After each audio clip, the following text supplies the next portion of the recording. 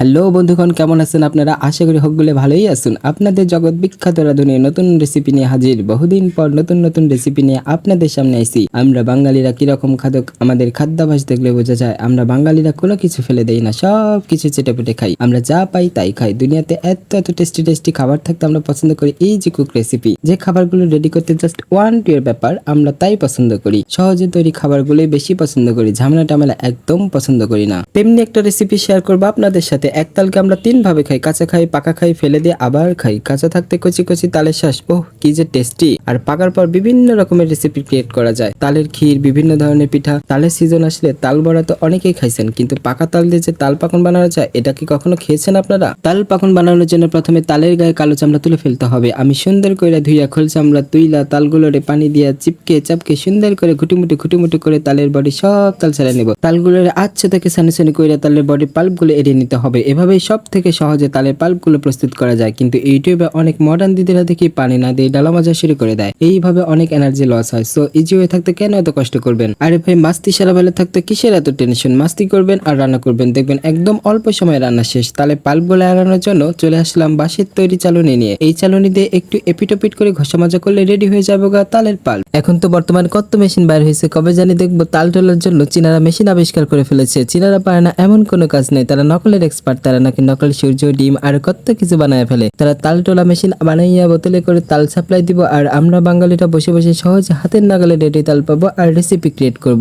আহা কি সুখ! বইতে দিলে খাইতে চায়, খাইতে দিলে শুইতে চায়। বাঙালিরা খালি সুখ খুঁজে। এত সুখ খুঁজেন না ভাই ও বোনেরা, একটু পরিশ্রমী হন, দেখেন শরীর স্বাস্থ্য সব সুস্থ থাকবে। নিজের হাতের তৈরি জিনিসের স্বাদই আলাদা। আহা, এরই মধ্যে তালের ঝাঁকানাকা করে তাল তোলা একদম শেষ। এভাবে তাল ছাড়ানোর ফলে তালের মধ্যে অনেক বুড়া দিদি চুলের মতো তালের আঁশ জড়ো হইব। এগুলোর ইগনোর করার জন্য ভালো একটা ডেটের সাহায্যে ছেঁকে নিতে হবে। আর মজার একটা কথা তো আপনাদের সাথে শেয়ার করাই হয়নি, আমরা ছোট থাকতে মা চাচিরা যখন তাল ডলতো তখন এই তালের আটি চষার জন্য সব গোল হয়ে বসে থাকতাম। কাঁচা তাল এভাবে খাওয়ার মজাই আলাদা ছিল তখন, বাট এখন বড় হওয়ার পর সব হারাই গেছে। আপনারা কি এমন করতেন? কমেন্ট করে অবশ্যই জানাবেন। তাল ছাকা কিন্তু 3-4 জন লাগে, ছাকনি ধরতেন, নইলে এদিক ওদিক গড়াইয়া পড়াইয়া যাইব গা। তাই পাকনামু কইরা একা তাল ঝানি ছাকতে যায় না। তাল ছাকা তো শেষ, এইবার যাবো পিঠা বানাইতে। তাল পাকন বানানোর জন্য প্রথমে চালের ঢেকিতে কুটে আটা, তাল, চিনি আর উষ্ণ গরম পানিতে খুঁটিমুটি করে এরকম ঘন একটা লেয়ার তৈরি করে নিতে হবে। দেন কড়াই তেল গরম হয়ে আসলে তার মধ্যে 1 চিমটি লবণ দিয়ে দিবেন, তাহলে পিঠা কড়াইয়ের সাথে লেগে ধরবে না এন্ড পিঠাগুলো